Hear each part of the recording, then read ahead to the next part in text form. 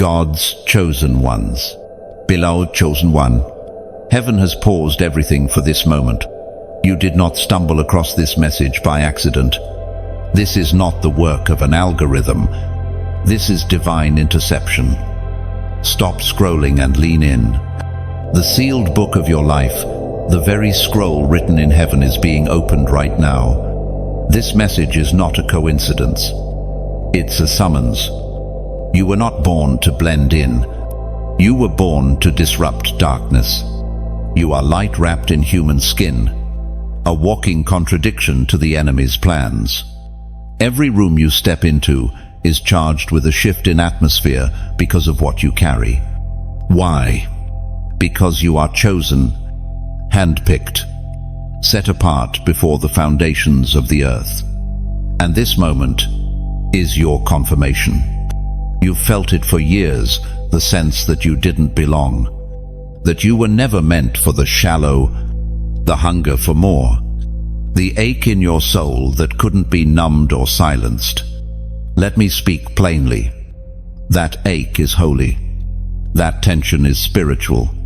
You are not crazy. You are being called. The truth is, the pain you endured wasn't random. The silence wasn't rejection. It was incubation. God placed a seal over your life because the world wasn't ready. But now, the seal is breaking. Revelation is flowing. The time for hiding is over. The time for rising is here. You've been fighting battles no one knows about, carrying weights others couldn't lift, wiping tears in silence while still showing up for everyone else. And through it all, heaven watched. Angels stood at attention. And now the trumpet is sounding. The chosen one is awakening. Every spiritual attack you've survived was not a sign of weakness. It was confirmation of the threat you posed to darkness. You are not under attack because of your past. You are under attack because of your future. The enemy saw the scroll with your name on it and panicked. That's why the warfare was intense. That's why the loneliness felt endless. But through it all, God was sealing something eternal inside you. Your life is not ordinary. You don't carry common oil. You are anointed for such a time as this. You've been marked with a mantle that cannot be replicated. You've been trusted with revelation that can't be taught in classrooms. And now heaven is calling it forth. The scroll is being unsealed. The book is being read. The calling is being activated. You will begin to notice divine alignment like never before. Random conversations will carry prophetic weight. Scriptures you've read for years will suddenly feel alive. Dreams will return. Visions will sharpen. Your spiritual senses will heighten. Why? Because the book is no longer sealed. Because heaven is no longer silent. You've outgrown the shallow. You've outlived the lies. You're stepping into the deep, and the deep is calling you by name. Let every distraction fall away. Let every counterfeit be exposed. Let every delay be reversed. The heavens are speaking. The seals are breaking. The chosen one is rising. And though they overlooked you, heaven never did. Though they silenced you, God preserved your voice. Though they mocked you, the angels were writing your name in the record of the righteous. You were not disqualified by your pain. You were refined through it. Like gold through fire. Like a diamond under pressure. There were moments you almost gave up. Nights when your prayers were groans too deep for words. Days when hope felt like a distant memory. And yet, you endured. That endurance was not human. It was divine. It was the Spirit of God holding you up when your flesh was failing. That strength you didn't understand.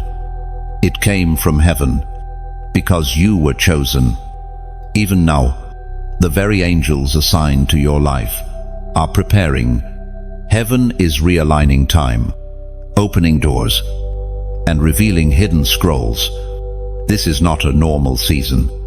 This is a prophetic intersection where time meets eternity, where pain meets purpose, where preparation meets release. And you, chosen one, are at the center of it. You will begin to walk with a new awareness, no longer questioning your identity, no longer doubting your worth. You will move with boldness, not arrogance but divine confidence, because the one who called you is faithful, and what he begins, he finishes. It's time to stop questioning whether you're chosen. You are. It's time to stop shrinking. You carry a glory that cannot be boxed. It's time to stop asking for permission. You've been approved by heaven. Move forward. Speak up. Stand tall. The scroll is open. The oil is fresh. The time is now. If this message confirms what your spirit has been sensing, if you feel the call burning inside you, then let your agreement be known. Comment 999 as a prophetic act. Let heaven record it. Let the enemy witness it. You are stepping into your sealed calling. Like, share, and subscribe if you haven't already. Don't miss what heaven is releasing next. You are part of a divine unfolding, and this is only the beginning. Chosen one, listen closely. There is a code within you, a divine imprint, sealed in your spirit before your first breath. It cannot be duplicated. It cannot be erased. It cannot be hidden forever. Though you may have spent years not knowing what it was, others have always sensed it. They couldn't explain why they responded to you the way they did, some drawn, some repelled, but it was the code, the signature of heaven resting on your soul. The enemy knew it. That's why, even before you understood who you were, spiritual warfare surrounded your life. That's why darkness kept circling you, trying to confuse, tempt, and distract you. Because what you carry disrupts systems.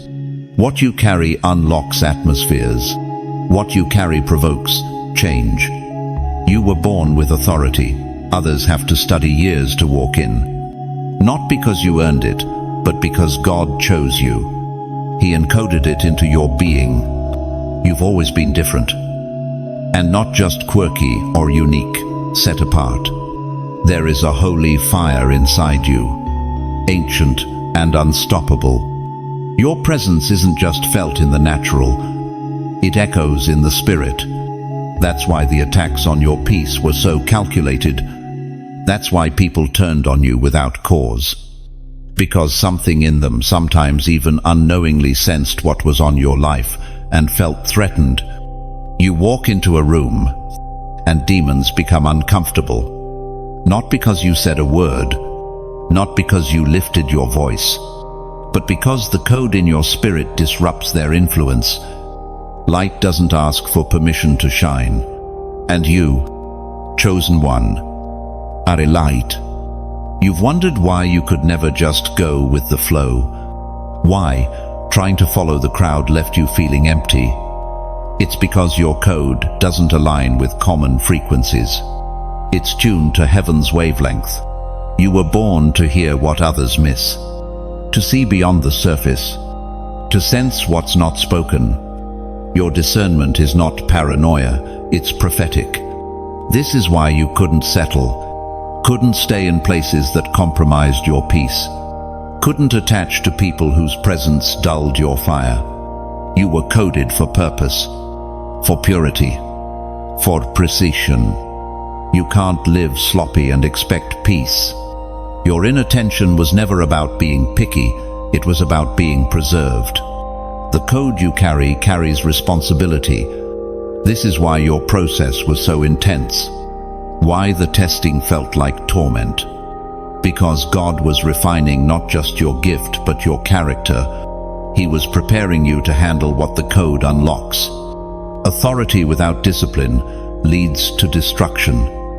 And you, chosen one, were never meant to self-destruct. So he taught you in secret, corrected you in silence, trained you in solitude. You learned to walk with fire in your bones and silence on your lips. You learned to carry burdens without bitterness, to intercede while bleeding, to encourage while empty. And all along, the code was awakening, like a sealed scroll slowly unraveling within you, not all at once but in layers. Now, it's accelerating. Heaven is activating parts of your spirit that have been dormant. The code is syncing with divine timing. Assignments are aligning. You'll begin to see connections and confirmations everywhere. Not coincidence, coordination. You're moving into synchronization with heaven's calendar, not man's. Don't be alarmed if old patterns begin to break apart. If comfort zones start collapsing, if things that once worked suddenly stop, it's the code correcting your path. You're no longer allowed to live beneath your design. When heaven shifts, so must you. People will not always understand what's happening. That's okay. You weren't called to be understood. You were called to be obeyed. The code is not for everyone.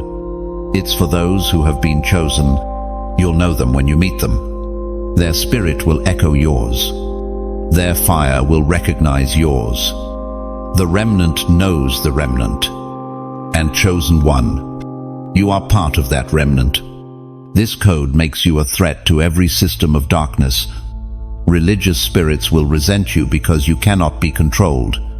Jezebelic spirits will target you because you cannot be seduced. Lukewarm spirits will avoid you because your passion convicts their apathy. But none of that matters. Because you weren't sent to be liked, you were sent to ignite. The code demands action. It demands surrender. It demands focus. There is no middle ground anymore. No more spiritual numbness. No more blurred lines. The activation of the code calls for obedience. Not perfection, but positioning. Get in position. Wake up earlier. Fast when he leads. Speak when he prompts. Move when he says move. Because this isn't just about you anymore. There are people tied to your yes. There are lives waiting for the sound you carry. There are chains that only your code can break. There are regions that will only open when you step into your full authority. And don't you dare disqualify yourself. Yes, you've made mistakes. Yes, you've fallen short. But the code isn't based on your performance. It's rooted in your identity. It's sealed in your spirit. And what God seals, man cannot unseal. The enemy can't steal it. Your past can't cancel it. Your doubt can't void it. It's there, and it's rising. Pay attention to your dreams. Watch your words. Be careful where you step. The code is sensitive to disobedience. You're not like others. You can't afford to linger where grace has lifted. You carry too much. Heaven invested too deeply in you. You must move with clarity, with fire, with holy precision. This is not about ego. This is about assignment. You've been chosen for a divine time. You've been encoded for a holy purpose. You carry the frequency of heaven. And when you walk in alignment with that code, nothing can stop you. You will unlock doors no man can shut. You will dismantle strongholds just by standing in truth. You will release others into their destiny simply by being faithful to your own. The time for confusion is over. The time for delay is done. The code is calling, and chosen one, you're ready. Chosen one, you have been marked since birth. The battles you faced didn't start when you entered adulthood, when you gained responsibilities, or when you began to pray more. No, your war began early. Before you knew your name, darkness recognized your light. Before you could form words, your cry was registered in the spirit realm. You were born into a battlefield because of the brilliance you carry. You didn't choose this, but heaven did. It may seem unfair. You may look at others who seem to glide through life while your road has been nothing but warfare and wilderness. But let me tell you plainly, the intensity of your warfare is evidence of your identity. The attacks confirm your assignment. The rejection was not punishment, it was protection. What looked like abandonment was, in fact, preservation. You were not being overlooked, you were being hidden. Jeremías 1:5 declares, "Before I formed you in the womb, I knew you. Before you were born, I set you apart. I appointed you as a prophet to the nations." God doesn't discover you mid-journey. He predestined you. Your anointing didn't begin when others noticed you. It began in eternity. That's why the enemy came for you early. That's why childhood was filled with things you didn't deserve: abuse, neglect, betrayal, isolation. Because if he couldn't stop you from being born, he tried to distort you before you discovered who you really are. He tried to hijack your identity before you could awaken to your purpose. But here you are, still breathing, still believing, still burning. That, in itself, is a miracle. The enemy's worst fear is you becoming aware of the call, aware of the code, aware of your authority. Because once you see it, you can't unsee it. Once you know you're chosen, you can't go back to pretending you're not. And that awareness breaks chains. Psalm 139:16 says, "Your eyes saw my unformed body. All the days ordained for me were written in your book before one of them came to be." The battles were not random. They were part of a greater plot. The pain had a purpose. You were born into prophecy. And even when it felt like you were drowning, God was still writing. This is why you couldn't stay hidden forever. Your name is written on heavenly scrolls. Angels were assigned to you. Demons were threatened by you. And heaven has been counting down the moments until you awakened. You didn't just survive. You outlasted what was meant to destroy you. You grew in wisdom while the world tried to confuse you. You matured in silence. And the rejection that stung your soul, it shaped your discernment. You now recognize truth quicker. You feel deception before it speaks. That's not trauma, it's training. People saw a misfit. Heaven saw a messenger. They saw a struggler. God saw a soldier. They saw pain. God saw a prophet. Everything about your early years was a clue. The discomfort, the dreams, the drawn-out battles. It was all coded evidence of your unique assignment. You didn't fit in because you weren't meant to. You tried to belong, but heaven refused to let you settle. Because if you ever got too comfortable in mediocrity, you'd forfeit the greatness you were called to manifest. So yes, it hurt. But it also honed you. It carved the voice you now carry. It refined the spirit you walk in. It forced you to hear God clearly because there was no one else to run to. You know the wilderness because you were born in it. You know the fire because you were raised in it. And now, you own it. You no longer fear the fire, you've become flame. You no longer run from rejection. You recognize it as redirection. You no longer question your path. You trust the hand that wrote it. And every scar is now a story. Every wound has become a well of wisdom. You carry oil now. Deep oil. Not from sermons, but from suffering. Not from books, but from breaking. God allowed it.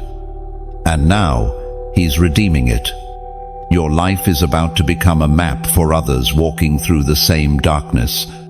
You'll show them the way out. Not because you studied it, but because you survived it. You're not just marked, you're a marker. You show others what it looks like to be chosen and unshaken. So, Rise, chosen one, stand in what you've survived. You didn't go through it for nothing. You're walking, breathing, radiant proof that God wastes nothing. This next season is not about compensation, it's about commissioning. You're not just being healed, you're being launched. Everything that touched you, tried to scar you, almost broke you, it all bows now. Because the chosen one is aware. You've read the book backward. Now watch it unfold forward. The sealed scroll is being fulfilled through your very steps. Type, I'm marked below. Chosen one. You are not cursed. You are called. That sentence alone shifts everything. Because for far too long, you've interpreted your life through the lens of affliction instead of assignment. You've looked at the consistent setbacks, the betrayal, the closed doors, and whispered, Am I cursed?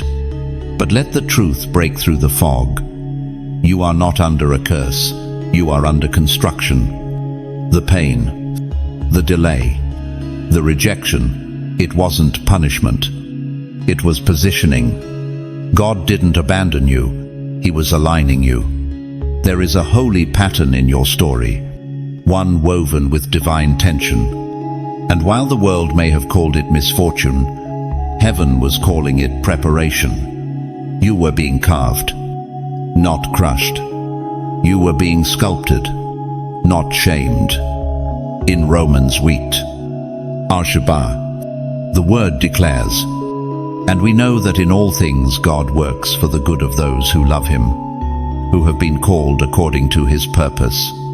All things, not just the joyful moments, not just the seasons where prayers were answered quickly. All things, even the heartbreak, even the disappointment, even the confusion, especially the confusion, because it forces trust. You've been trained in silence. While others were being celebrated, you were being sharpened. While they got platforms, you got pruning. While they were showcased, you were sanctified. And at times, it felt unfair. But what's unfair on earth is often preparation in heaven, because your call was never about quick reward, it was about eternal impact. God was never trying to harm you. He was trying to hide you. You weren't left out, you were set apart. There's a difference. To the world, it looks the same, but in the spirit, one is isolation and the other is incubation. You were never meant to run with the crowd because you were born to lead it. And leaders are often pulled back before they are launched forward. You have to understand, curses confine, but callings stretch. That stretching, you felt that prolonged pressure. It wasn't a sign of failure. It was evidence of capacity. God was expanding you, making room, preparing your spirit to carry what others cannot. And while it made no sense then, now the pattern is starting to emerge. Isaiah 43:1 says, Fear not, for I have redeemed you. I have called you by name. You are mine. This calling isn't vague. It's personal. You were named before you were noticed. And that name has weight in the spirit. Heaven knows it. Hell fears it. And your future is tied to it. The reason the enemy fought your identity so fiercely is because your calling depends on clarity. If he could confuse you, he could delay you. If he could distract you, he could detour you, but he couldn't destroy you. Because what God ordains, it sustains. And your survival is the loudest sermon you've ever preached. Do you remember the moments when you questioned your existence? When you wondered if it would ever be okay again? And yet here you are standing in clarity you once prayed for. That's not coincidence. That's covenant. That's God saying, "See, I never left." The very things you once resented, you now revere. The silence taught you how to listen. The heartbreak taught you how to discern. The loss taught you how to value what matters. The waiting taught you how to worship without outcome. These are the fruits of a calling, not a curse. If you were cursed, you'd be buried. But you've been blooming in the dark, pushing through spiritual soil, stretching toward light. And now, in this moment, God says, it's time to emerge. It's time to stand. It's time to walk boldly, not in perfection, but in purpose. This journey was never about making sense to others. It was about obeying a frequency others couldn't hear. You've heard it. You've felt it. That pull, that voice, that divine echo that keeps drawing you into deeper water. That's not insanity. That's intimacy. That's how the called walk. And the truth is, the called often walk alone for a season. Not because they're wrong, but because they're right. Because not everyone can walk where you're walking. Not everyone is meant to follow where you're going. God separated you for clarity. He isolated you to impart strategy. He pulled you back, not to break you, but to aim you. You are an arrow in the hand of the Almighty, and He only shoots what He has shaped. You are not disqualified by your flaws. In fact, God often chooses the most broken vessels to carry the deepest oil. Why?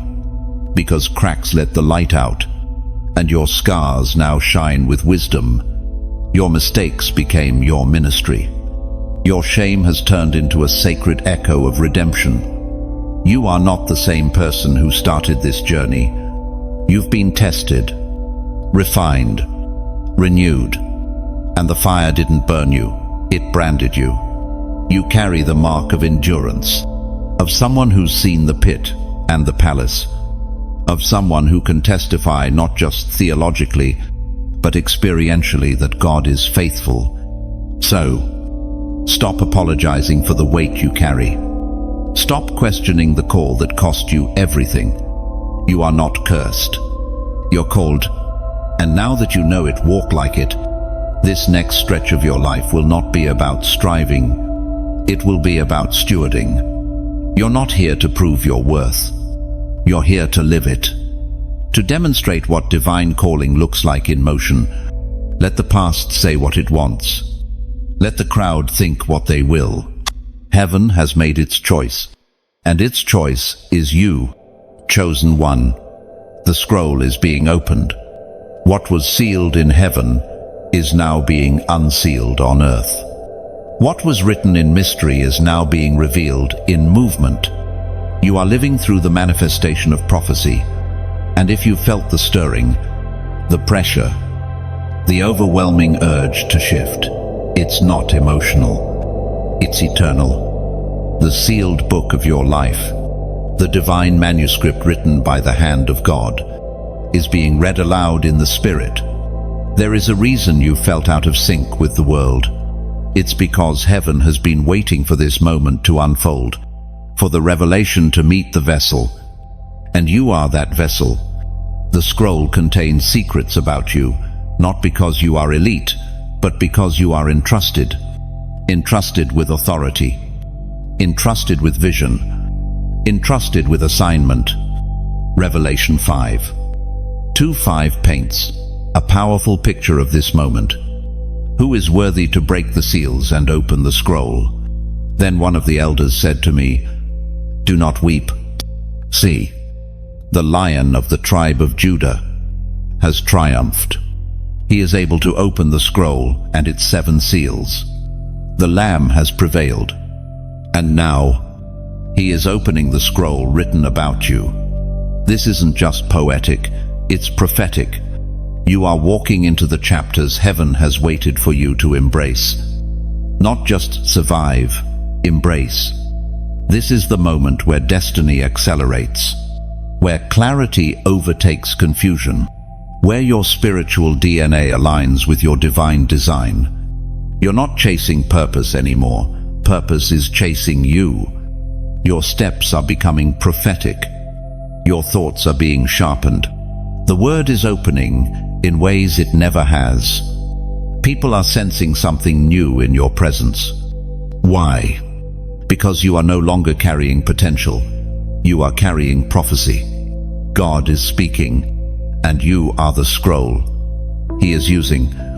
This is why the warfare intensified right before this moment. The enemy does not fear your potential. He fears your activation. Once the scroll begins to unfold, once the pages start turning, everything changes. You begin to walk differently, speak differently, think differently. You start living like someone who knows their life was written, not random. Ezekiel 9:10 says, "Then I looked, and I saw a hand stretched out to me. In it was a scroll. Written on both sides were words of lament and mourning and woe." Sometimes what's written in the scroll is not easy. It's weighty. It carries responsibility. But it also carries power. You are called not to escape the pain of life, but to walk through it with divine perspective. Your scroll includes both the fire and the victory, both the valley and the voice. You are being trusted with mysteries now, insights that others miss, strategies that aren't taught but caught, downloads in prayer, clarity in the quiet, nudges that interrupt your routine because heaven is trying to get your attention. This is the scroll in motion. This is what it looks like when the divine intersects your everyday, and with it comes stewardship. Not everything you receive will be for public release. Some things will be for prayer alone. Some insights will be warfare strategies, not social media posts. Discern what's for the public and what's for the private. The scroll carries secrets, and only the mature know what to reveal and when to remain silent. Chosen one, it is time to rise in full awareness. You are no longer waiting for your moment. You are the moment, and the heavens are responding to your yes. Angels are being dispatched. Alignments are accelerating. Delays are being broken, because the scroll has reached its appointed chapter, and in this sacred unfolding, you have a role to play in what God is doing, not just in your life, but in the lives of others. Every share of this message spreads the sound of awakening. Every like signals to the algorithm that this message matters. Every subscription keeps you connected to the rhythm of revelation God is releasing through this stream. And if this message is feeding your spirit, if you felt God confirming your steps through these words, consider partnering with this work. Your support, in any amount, helps us reach more chosen ones just like you. More hearts hungry for truth. More souls standing on the edge of awakening. This isn't a transaction, it's a shared mission. So like this message, if it stirred something in your soul, share it with someone whose scroll is also being opened. Subscribe to stay connected to future messages. We are just getting started. And if you feel led, there's a link below where you can sow into this prophetic work. No pressure, just invitation. Because when you invest into what speaks to your spirit, you align with what God is doing through it. The scroll is unsealing. The words are becoming reality. And you, chosen one, are finally stepping into the pages heaven wrote long before time began. Chosen one, you are heaven's earthquake. Every time you rise, the foundations of darkness tremble. When you open your mouth, hell braces itself. When you move in obedience, strongholds begin to crack. You may not feel it in the natural, but in the spirit, you are a seismic shift. You were not created to go unnoticed. Your presence disrupts principality. From the moment you were born, you carried weight, not physical, but spiritual. That weight isn't a burden. It's glory. Glory rests upon your shoulders. And where glory dwells, nothing remains the same. You've always known you were different, but now you're beginning to understand why. This isn't about charisma. It's not about popularity. It's about power.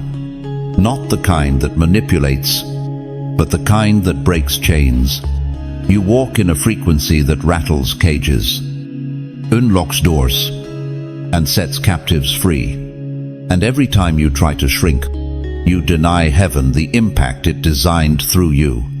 Joel 2:11 says, "The Lord thunders at the head of his army. His forces are beyond number. And mighty is the army that obeys his command." You are not a passive participant. You are part of this army. And when God thunders, you echo. Your voice was never meant to be soft when it comes to righteousness. You are heaven's voice print in enemy territory. You don't need to yell to make impact. Your silence in some rooms already shifts the atmosphere. You carry an authority that isn't loud, but lethal. It's the kind of power that causes demonic forces to scatter when you pray. You don't beg for breakthrough, you birth it. When you wake up in the morning, the enemy takes note. Not because you're arrogant, but because you're awake. Awake to your role. Awake to your mantle. Awake to the sound of heaven moving through you. Romans 8:19. Hechos your assignment. For the creation waits in eager expectation for the children of God to be revealed. You are that revelation. All of creation is groaning for the release of what's been buried inside you. And yet, even with all this weight, you've questioned your impact. You've looked around and asked, "Does my obedience matter?" Let me be clear. Yes, it does. Every time you said no to temptation, the ground shook. Every time you chose worship over worry, angels responded. Every yes you whispered in secret was heard in heaven. You are not invisible. You are intercessory. God moves through you, through your words, through your presence, through your pain. You don't just endure storms, you shift weather systems. What attacks others loses traction around you because of the mantle you carry. You walk with coverage. Sometimes that coverage looks like closed doors, rejection, isolation. But those aren't signs of failure, they are signs of divine insulation. When earthquakes form, pressure builds silently underground. No one sees it until it's time. That has been your life. Silent pressure. Hidden, forming. And now, release. This release will not be quiet. God is about to shake everything connected to your name. Not to destroy it, but to align it. He is shaking loose, dead weight. Shaking down old systems. Shaking up stale relationships. Why? Because the chosen one must move freely. You cannot be bound when you're born to shake. This next move will not be comfortable, but it will be consecrated. You'll feel the stretch, but you'll also feel the strength.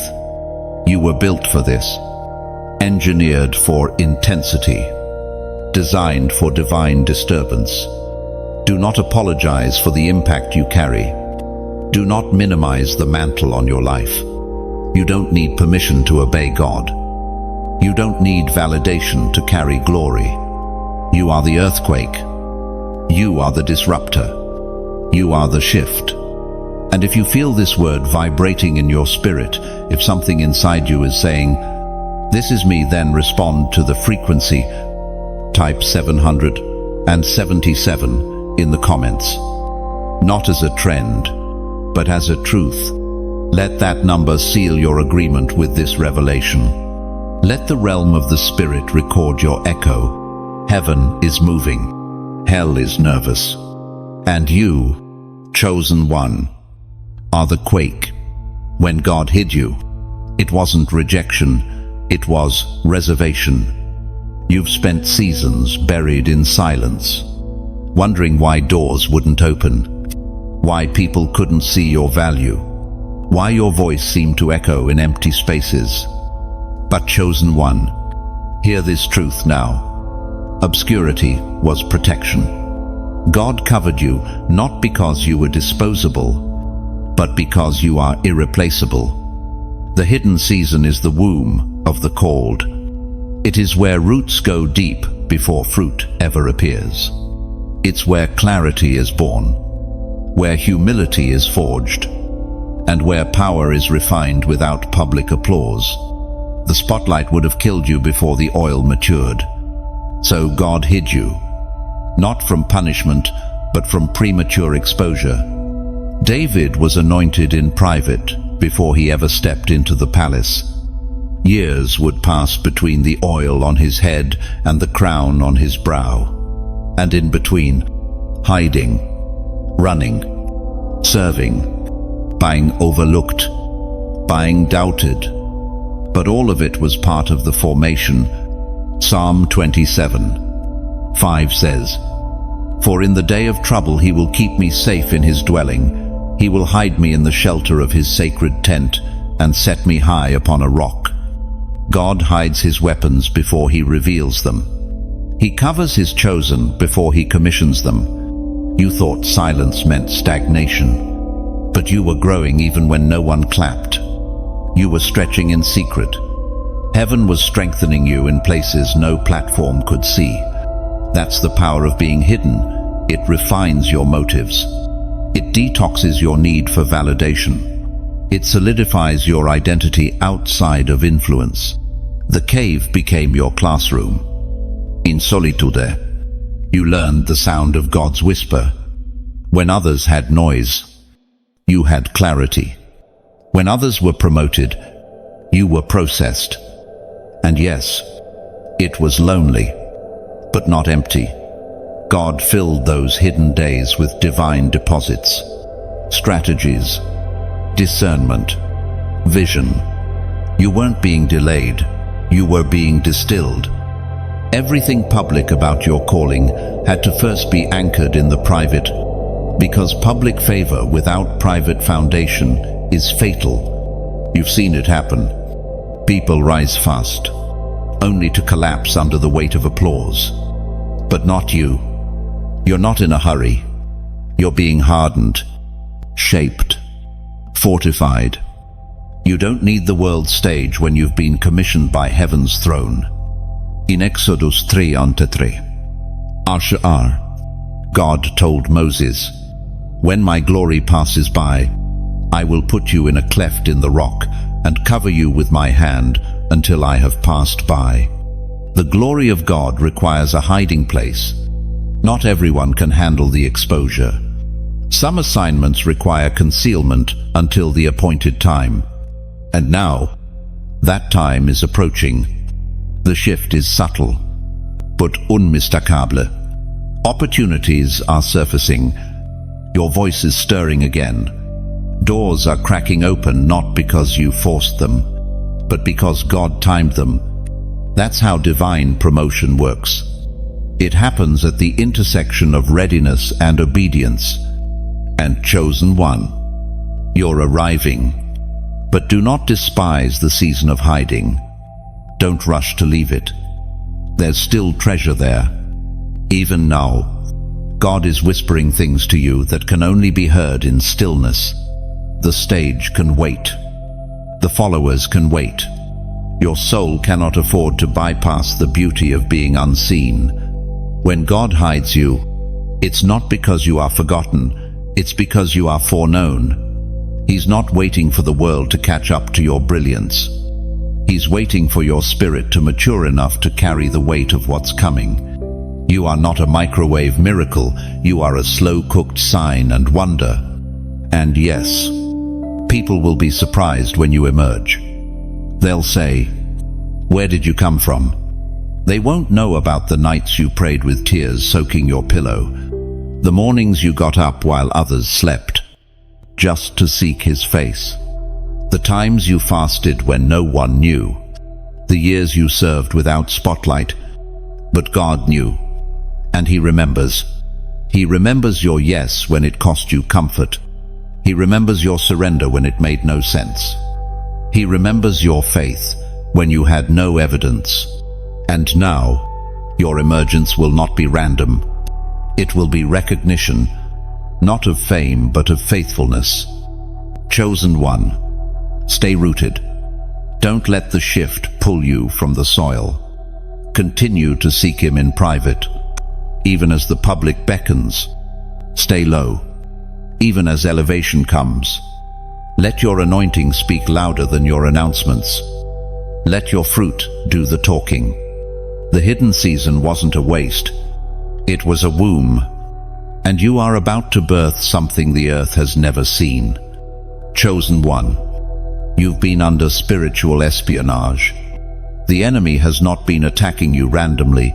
He's been studying you, watching your movements, mapping your habits, mimicking the voice of God to confuse your hearing.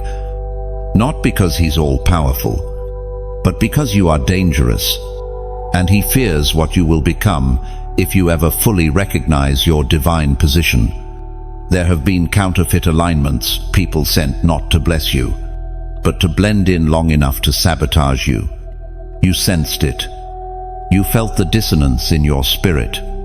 Even when everything on the surface looked right, that's the Holy Spirit whispering, "This is not from me." Matthew 7:15 warns, "Watch out for false prophets. They come to you in sheep's clothing, but inwardly they are ferocious wolves." The most dangerous traps come wrapped in flattery.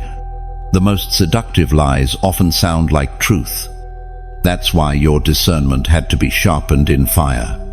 Because this war is subtle, you've questioned why relationships fall apart so suddenly. Why people you trusted turn cold. Why you enter a room and feel a sudden unease. It's not paranoia, it's perception. You are not called to live blindly. You're called to walk in wisdom. And wisdom exposes the imitation. The enemy is strategic. He sends distractions dressed as destiny, opportunities that feel urgent, but pull you out of alignment. Voices that sound prophetic, but lead you toward compromise. And if he can't destroy you outright, he'll dilute you slowly, through weariness, through misdirection, through emotional entanglements that look like favor, but birth spiritual fatigue. This is why you've been feeling the press to go deeper. Hot is tightening your circle, narrowing your path, not to punish you, but to preserve you. Because purity cannot coexist with pollution, and your calling is too weighty to be anchored by weak alliances. 2 Corinthians 11:14 says, Satan himself masquerades as an angel of light. That's why confusion enters right before breakthrough. That's why you sometimes feel torn between what looks good and what is God. Because the enemy knows if he can get you to settle, he can silence you. But it won't work, because now your discernment is waking up. You are learning the cadence of heaven. You no longer move by emotion, you move by revelation. You no longer follow the loudest voice, you follow the still, small whisper. And in that whisper is clarity. In that whisper is warning. In that whisper is wisdom. God is teaching you how to test every spirit. Not everything that mentions his name is carrying his nature. Not every platform is pure. Not every prophecy is righteous. And you must be willing to walk away even from what once felt comfortable if it compromises your crown. The cost of clarity is often isolation, but it's worth it. Because when God removes a counterfeit, He's making room for covenant. When He blocks a distraction, He's protecting your destiny. Don't mourn the pruning, rejoice in the preservation. You are being guarded for glory. And not only are you under surveillance, you've also been given eyes to see. Your dreams are becoming more vivid. Your sense of timing is becoming sharper. You're beginning to see beyond the natural, because you were never meant to walk blindly. You were meant to see through veils, to read atmospheres, to intercept demonic strategies before they land. You are a divine agent, heaven's intelligence. The Spirit of God is revealing hidden things to you, not for gossip, but for intercession. You are not just discerning the problem, you are carrying the solution. That's why you've been placed in confusing spaces, not to absorb the chaos, but to silence it. So don't be surprised when the spiritual warfare intensifies right before you level up. Don't be alarmed when old habits try to resurface. These are signals, not setbacks. The enemy only attacks what threatens his structure. And you, chosen one, are a threat. Even your silence carries weight. Your restraint is warfare. Your refusal to entertain old patterns is a prophetic act of resistance. Every time you choose purity over popularity, heaven responds. Every time you reject mixture, you walk in greater clarity. You're not just walking through tests, you're walking through training. God is building in you a resistance to deception, a boldness in truth, a quiet strength that discerns without reacting, sees without judging, and walks away without explanation. Your elevation is coming, but not without precision. You must be able to detect the trap before it springs, to discern the shift before the shout. That's why your vision has been under attack, because once you see, you can't be stopped.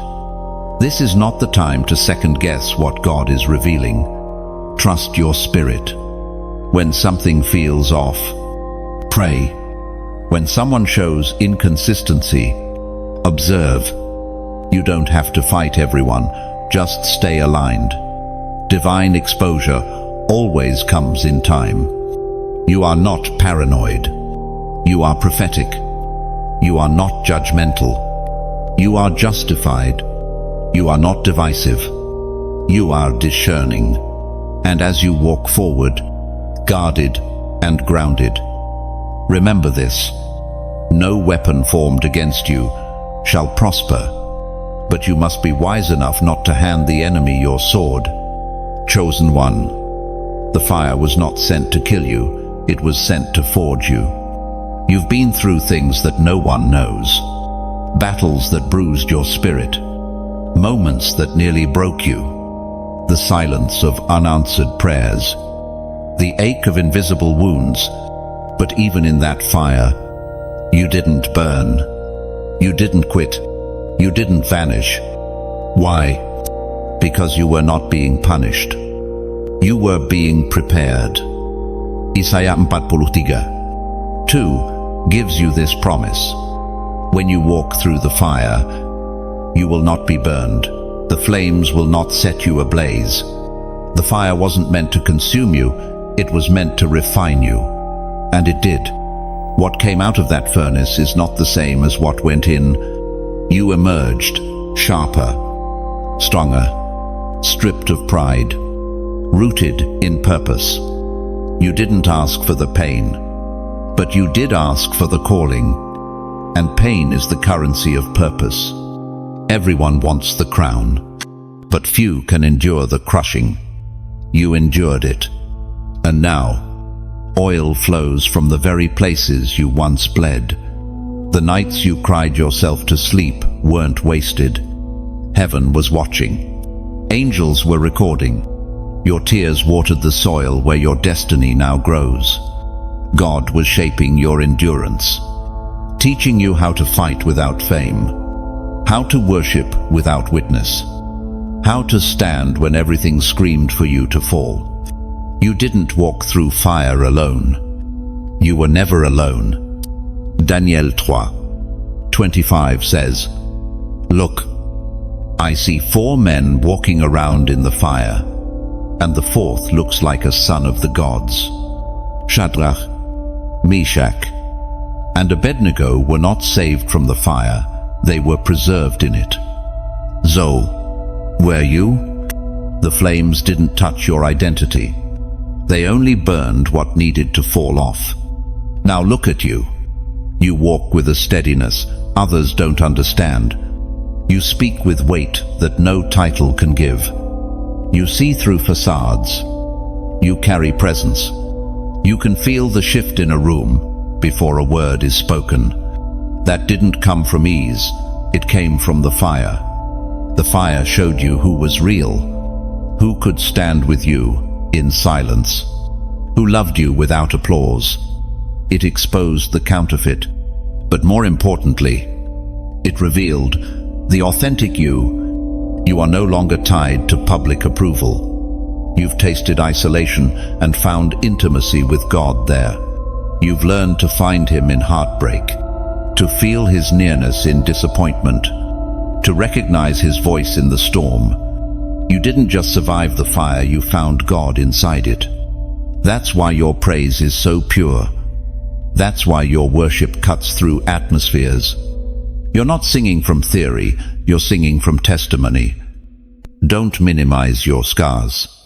They are proof you went through what tried to destroy you.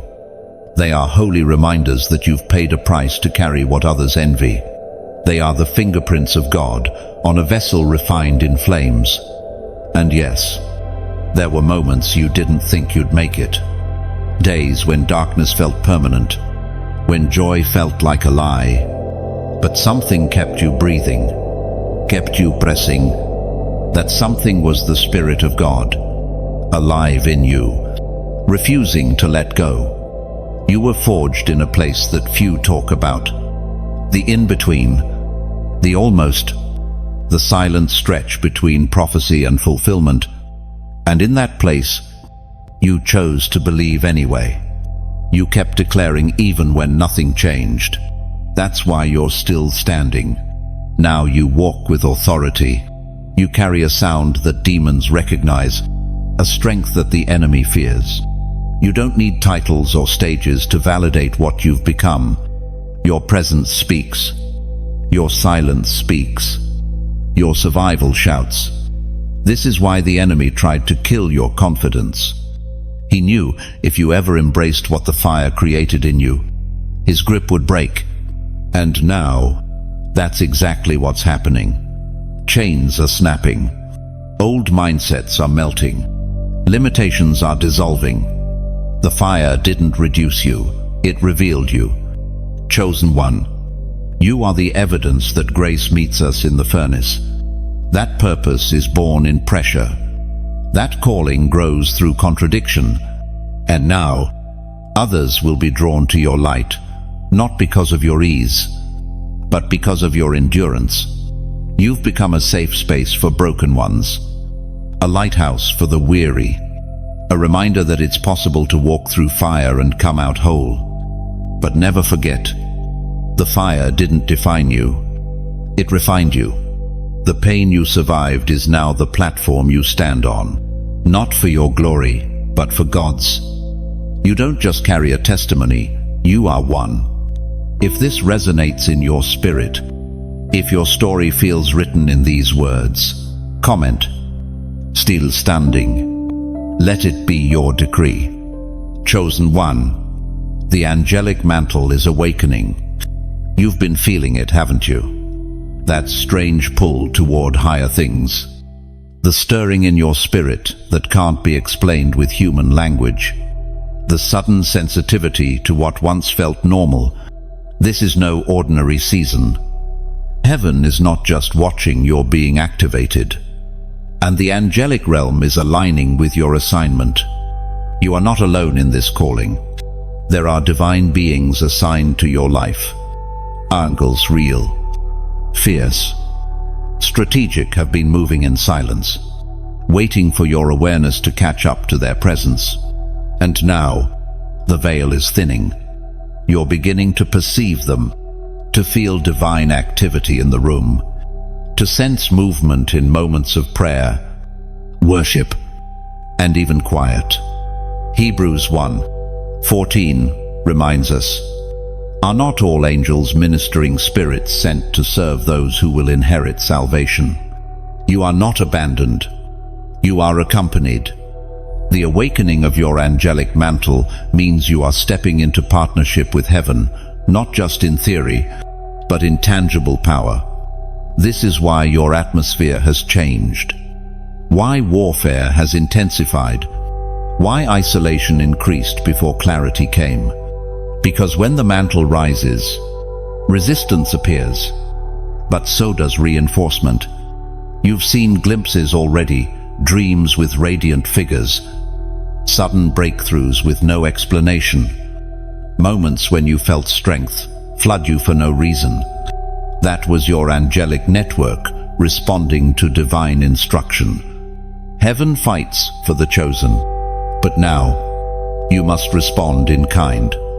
You cannot walk casually when heaven is marching beside you. You cannot speak idly when angels are listening to your decrees. You are carrying a mantle that shifts atmospheres. The way you pray, fast, and obey must rise to the level of what's resting on your life. This mantle is generational. It didn't start with you, but it will flow through you.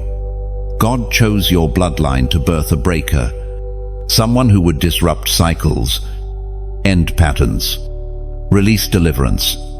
That someone is you. The mantle is evidence of the covenant.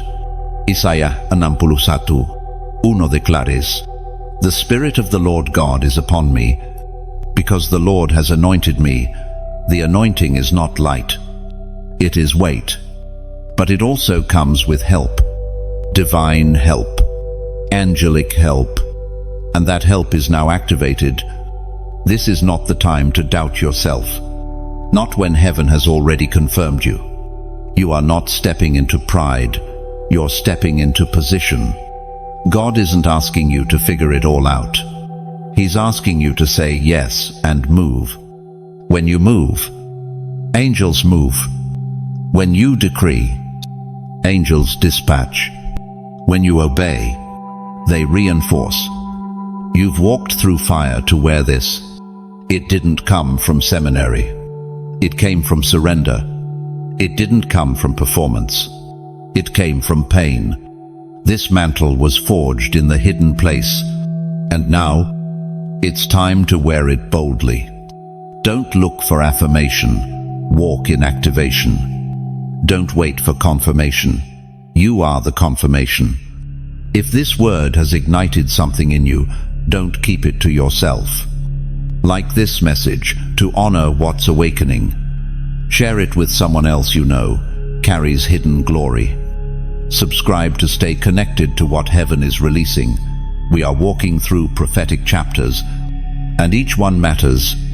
If this has stirred your spirit and you feel prompted, respond in your own way. Not out of pressure, but out of reverence. Heaven is moving, and you, chosen one, are stepping into deep partnership with the eternal.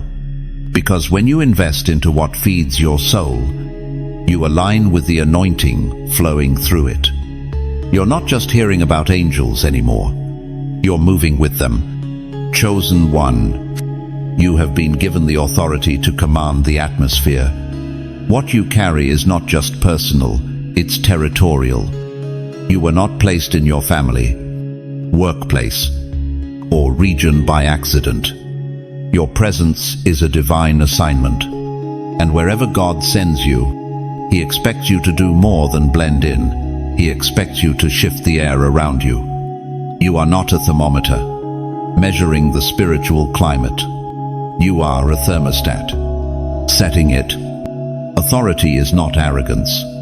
It is awareness of who you are. of what you carry, and of who sent you.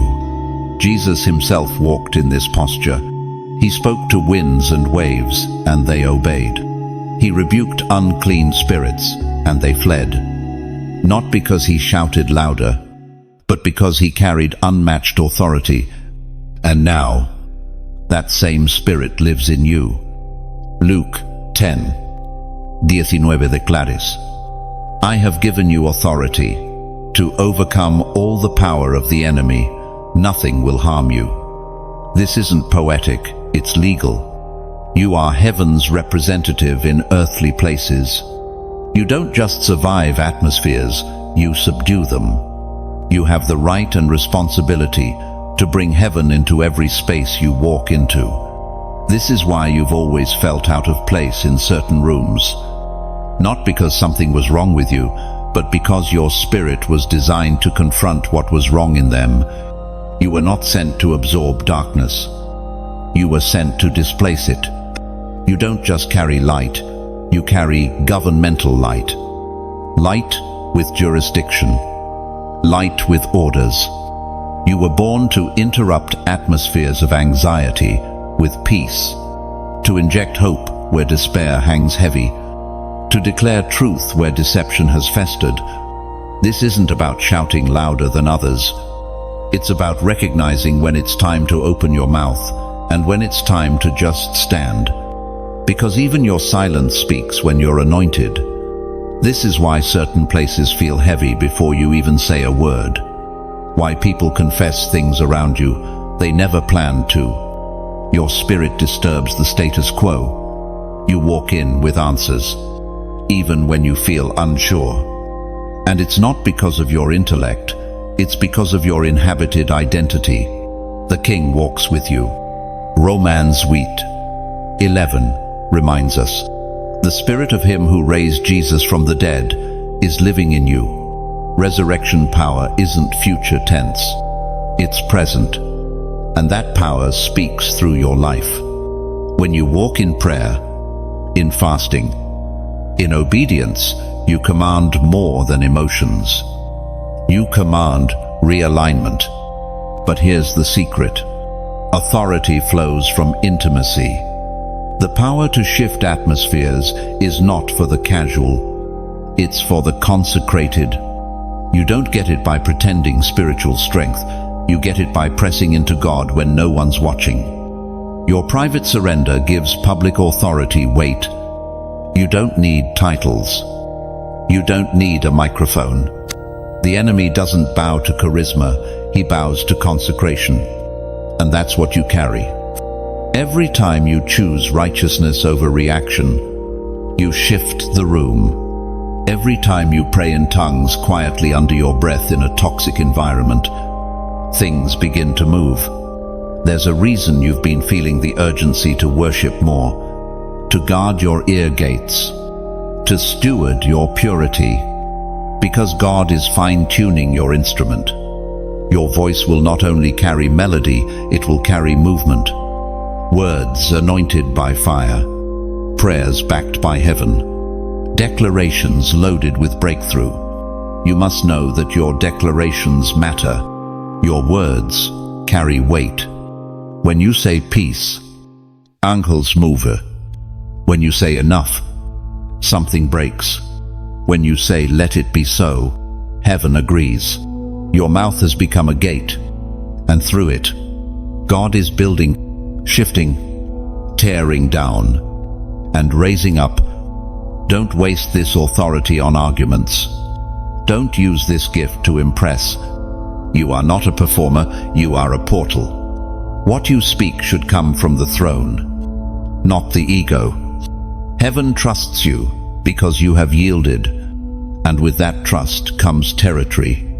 There are rooms that need your voice, families that need your presence, workplaces that are held together by your quiet intercession. You've wondered why you haven't been released yet. It's because you were sent there to hold the line until the shift comes.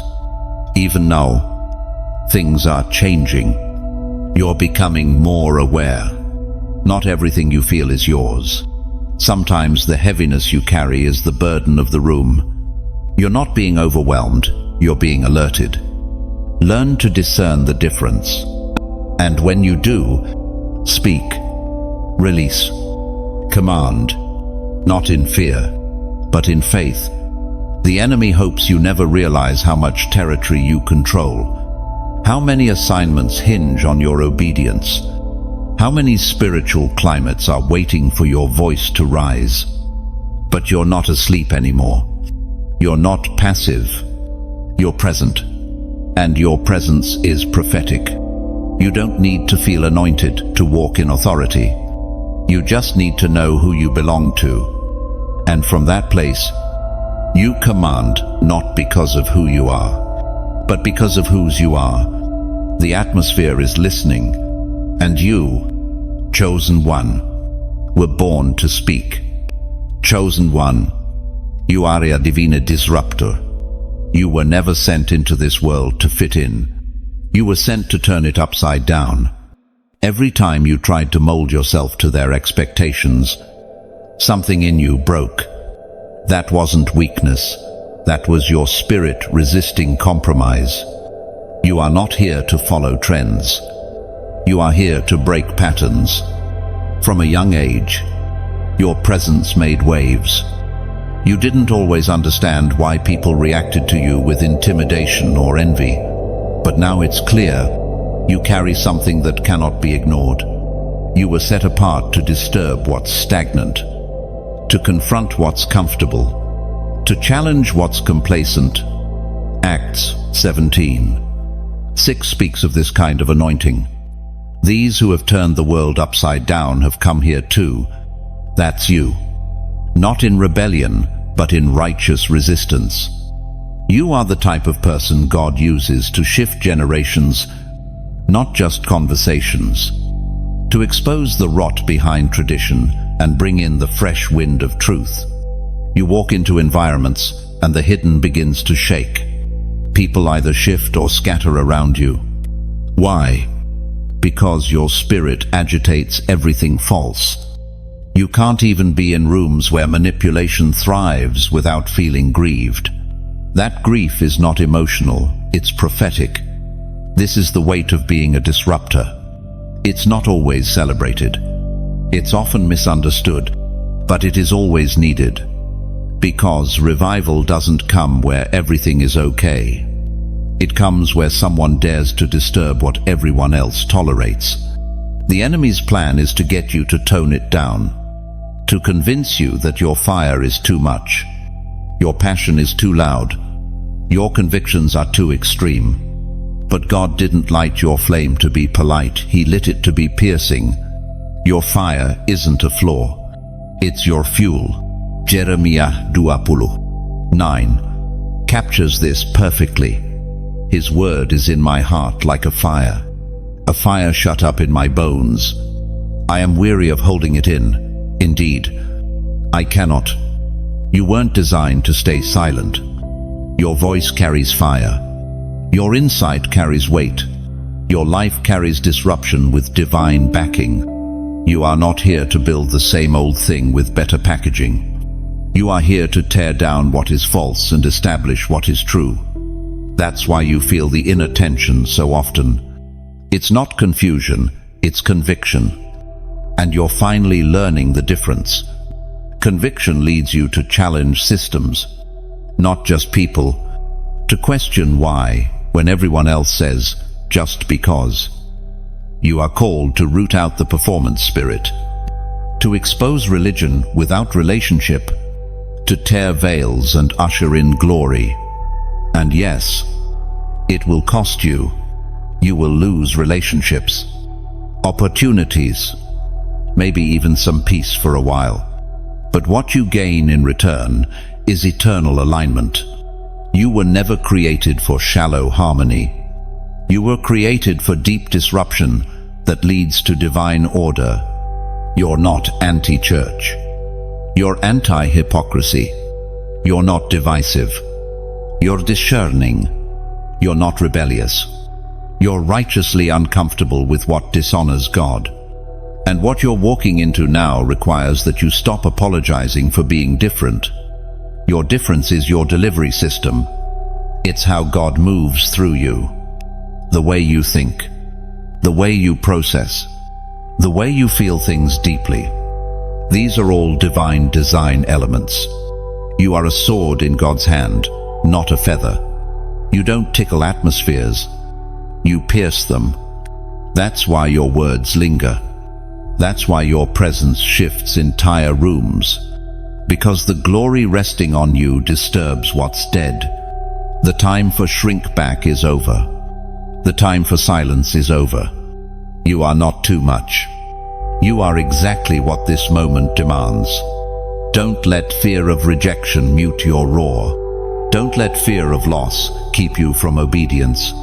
If they walk away, let them.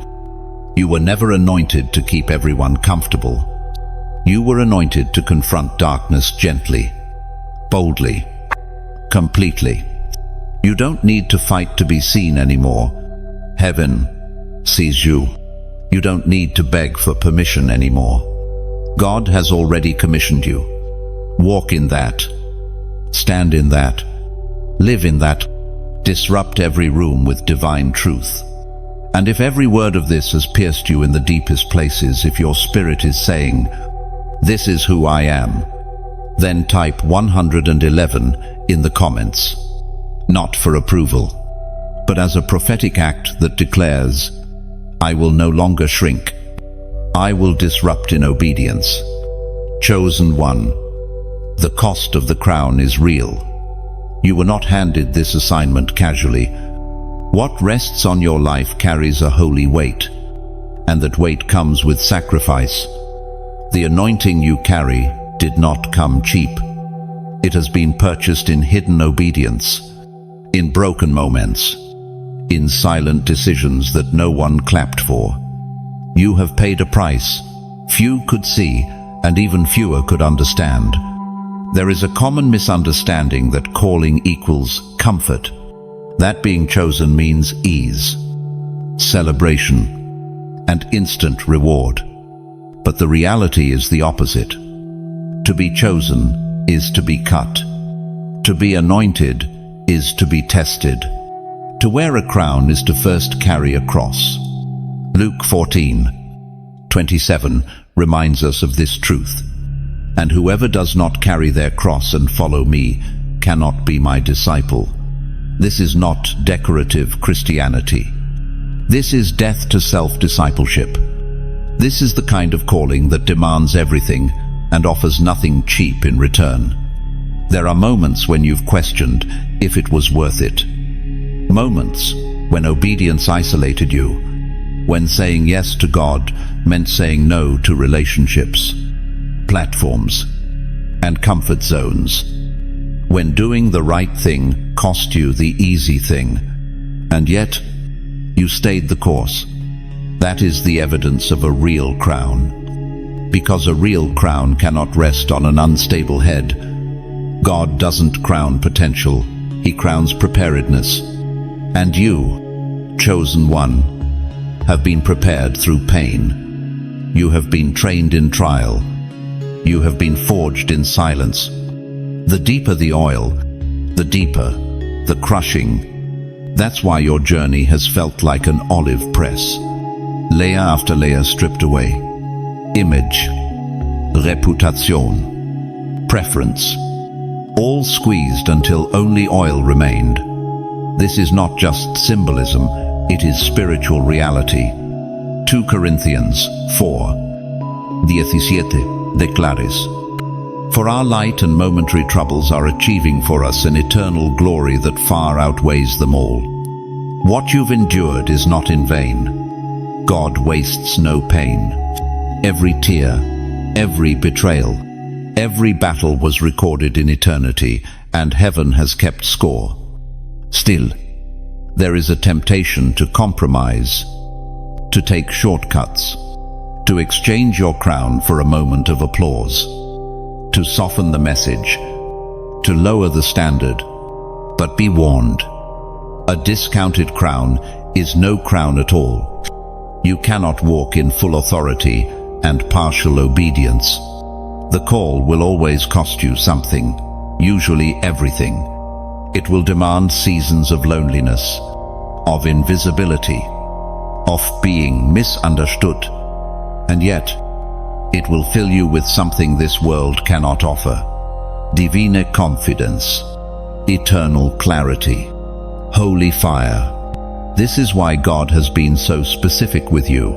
Why you couldn't go where others went. Why you couldn't do what others did.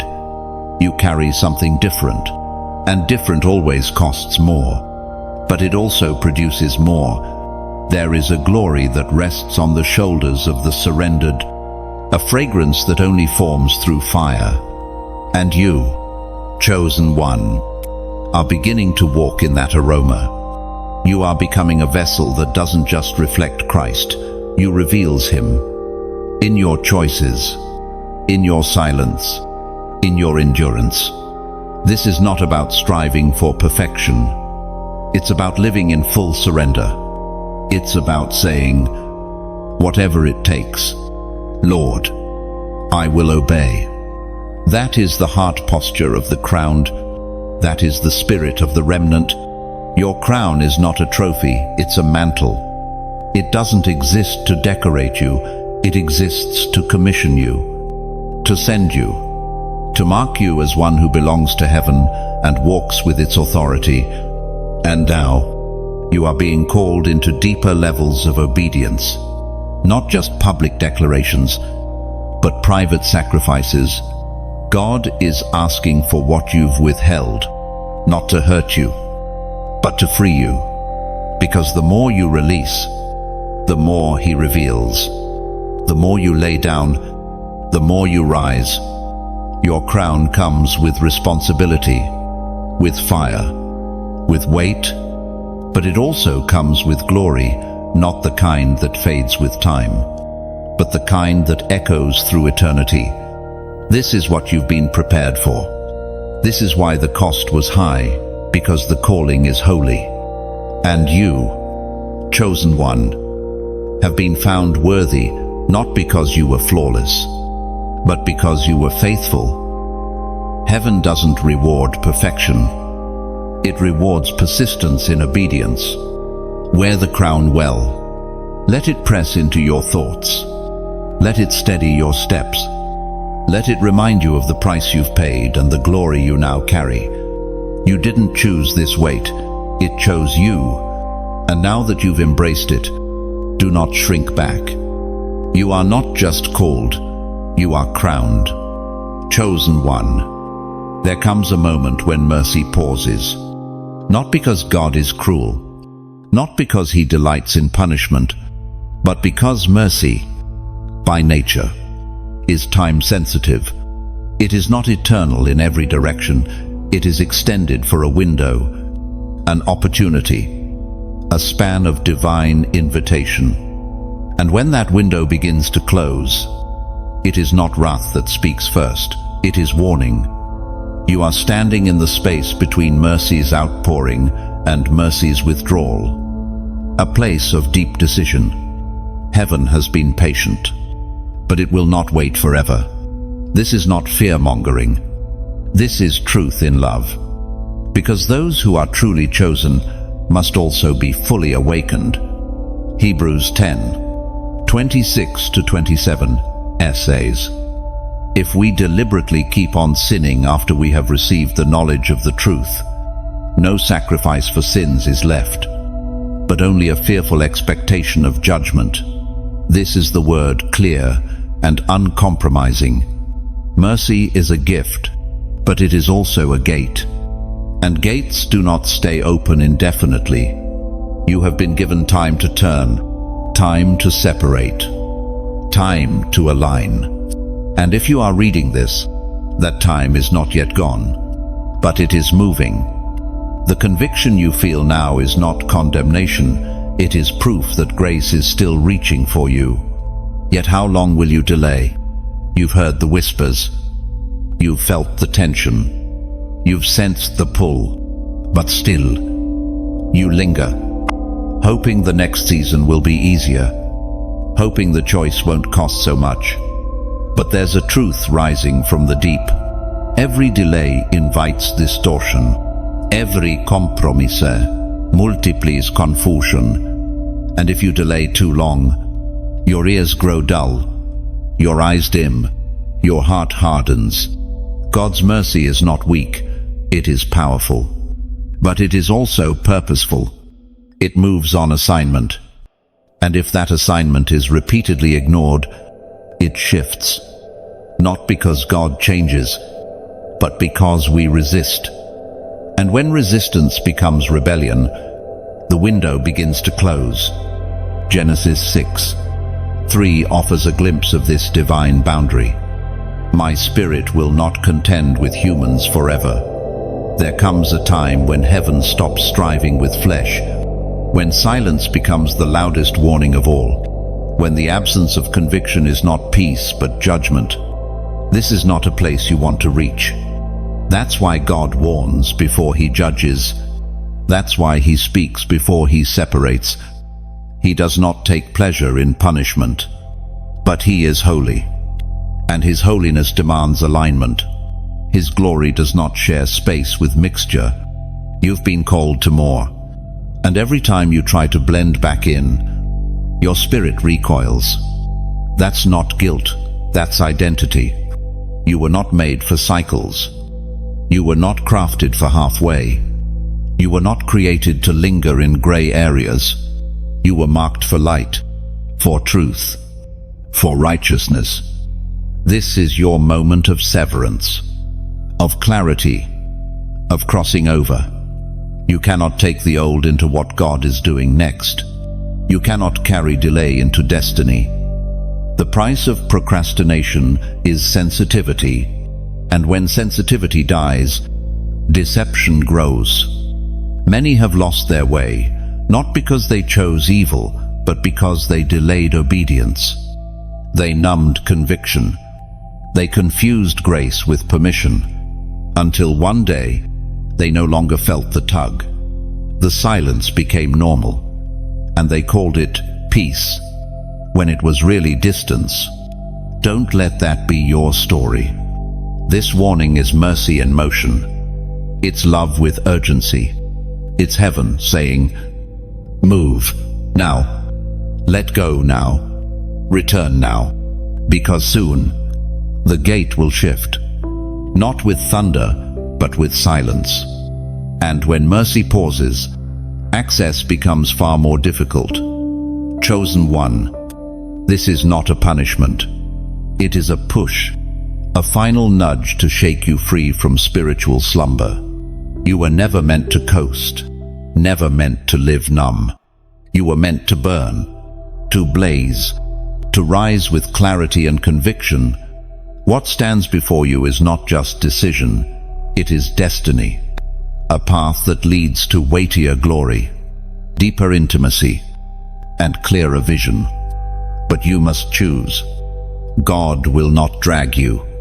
He will not force transformation. He invites, he convicts, he waits. But he will not wait forever.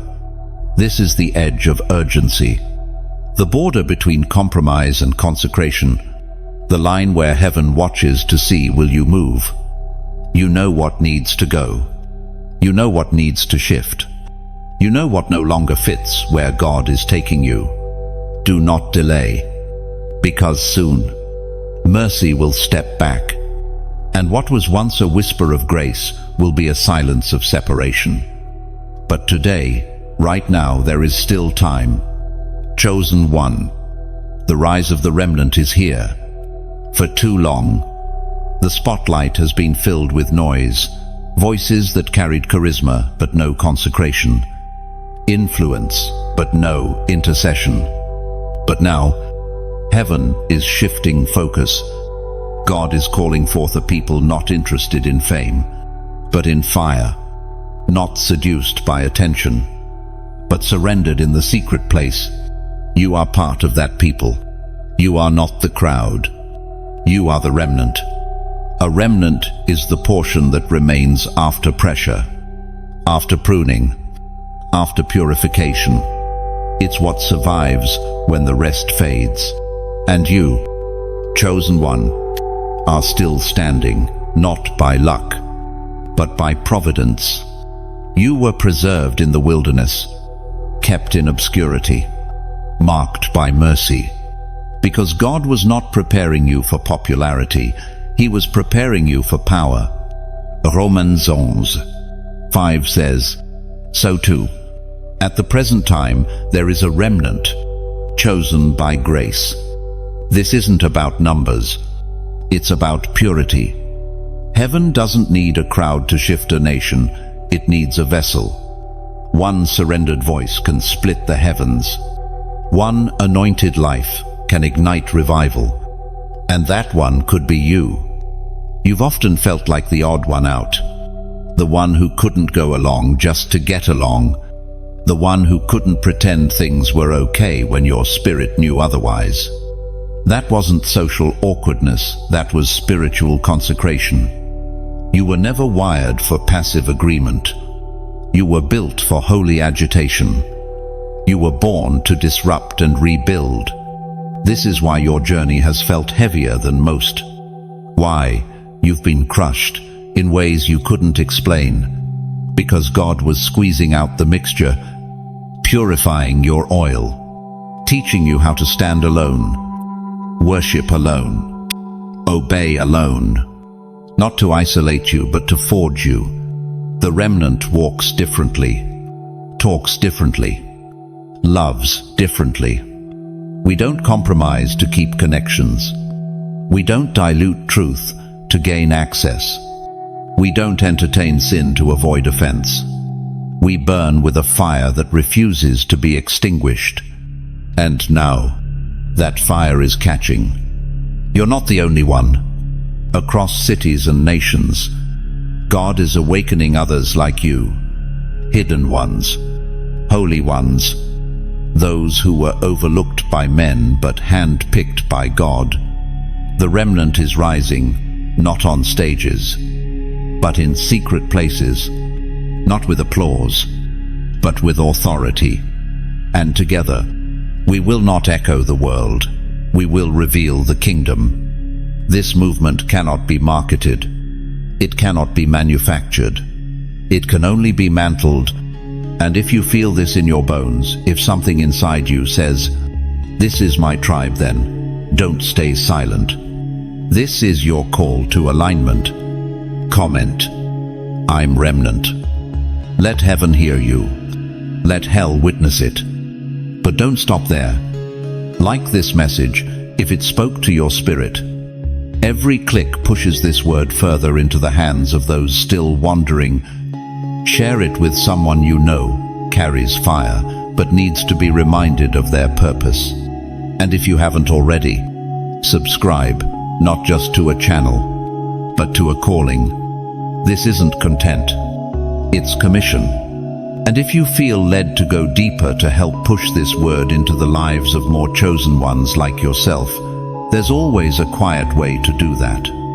We don't ask for it, but we honor it.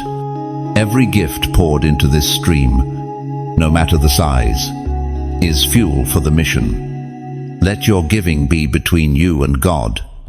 No pressure, just obedience, just alignment. The rise of the remnant will not come with flashing lights. It will come with flames, with voices crying in the wilderness, with hearts burning for holiness, with lives laid down as altars of glory. You are not watching this by coincidence. You are watching because you are one of us. You are not broken, you are being built. You are not forgotten, you are being formed. You are not finished, you are being forged. Heaven is not looking for the loudest voice.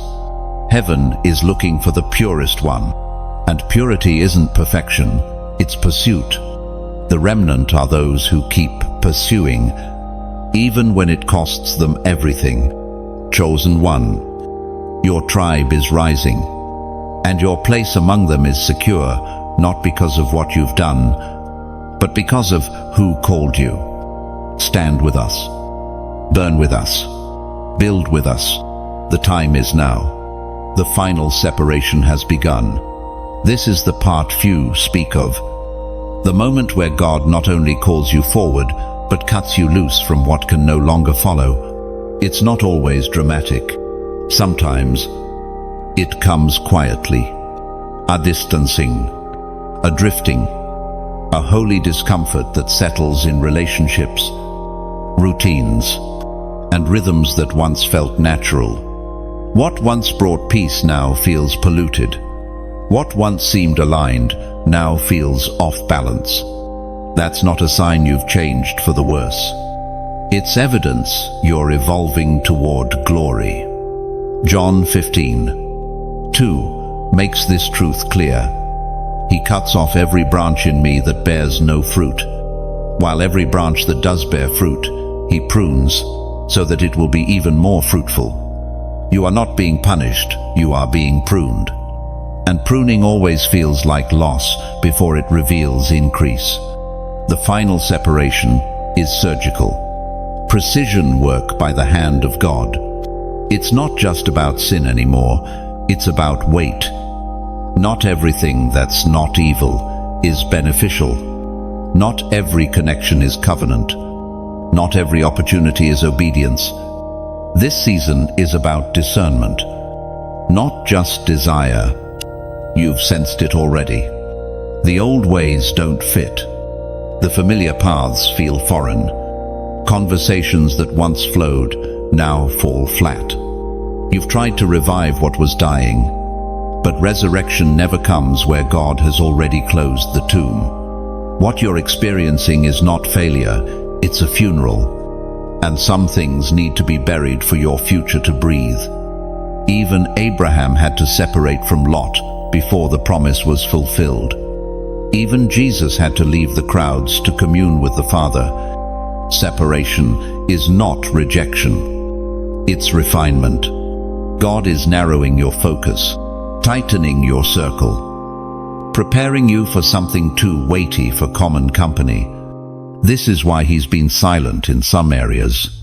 Not because he's distant, but because you're in a place of transition, and transition demands trust. You won't have all the answers. You won't always get closure. You'll just get confirmation in your spirit that this no longer belongs. And when you obey, when you release what he never told you to carry, you'll feel it. A lightness, a clarity, a new flow. Because what drains you in one season was only meant to develop you in another. When that purpose is complete, holding on becomes disobedience. There are people you love who cannot walk into your next, not because they're evil, but because they're unassigned. They were grace for the season that's now over. And if you cling to them, you'll both feel stuck. You'll both stall. Letting go is not betrayal, it's obedience. There are habits you've outgrown, thought patterns you've matured past. And yet, the enemy tries to keep you tied to them through guilt, through fear, through nostalgia. But God is cutting the cords, not with a sword of anger, but with a scalpel of mercy. Isaiah 43:18-19 speaks prophetically. Forget the former things, do not dwell on the past. See, I am doing a new thing. But you cannot embrace the new while still clutching the old. God will not pour fresh oil into broken wineskins. And yes, separation hurts, even holy ones. There's grief in releasing what once brought joy. There's mourning in watching old seasons end. But the pain of obedience is far lighter than the weight of disobedience. And on the other side of surrender is surpassing peace. This separation is not just about what you leave behind, it's about what's being birthed. Space must be made. Soil must be cleared. The vine must be trimmed so that it can carry greater fruit. You are not being emptied, you are being readied. And what's coming next requires all of you. Not a divided heart, not a distracted mind, not a soul entangled in yesterday. Your next assignment is too holy for compromise, too weighty for dual loyalty, God is severing you from what once held you, not to leave you alone, but to finally make you free. This is why clarity is rising, why confusion is lifting, why you suddenly see what you tolerated. It's because God has exposed what can no longer hide. And when He exposes, He expects action. You've asked for direction. Now comes decision. There is no neutral in separation. You either step into the new, or you stay tethered to the outdated. But you already know staying is no longer sustainable. You're shedding skin, shedding names, shedding needs that once defined you. And in the shedding, you're stepping into truth. Chosen one, do not fear the silence that comes after separation. God often speaks the clearest when the crowd thins. And when the voices die down, you'll hear the one voice that has never wavered. You are being set apart, not just for survival, but for sending. Now the crown is placed. You have endured the breaking, the refining, the severing, and the silence. You have survived what was sent to destroy you. Not just survived it, but were transformed by it. And now, the throne room has moved. Not because God changed location, but because you arrived at the point of readiness. Heaven has waited, and the crown sealed, since the beginning has found its rightful bearer. You are not stepping into glory as a guest. You are stepping in as one who belongs.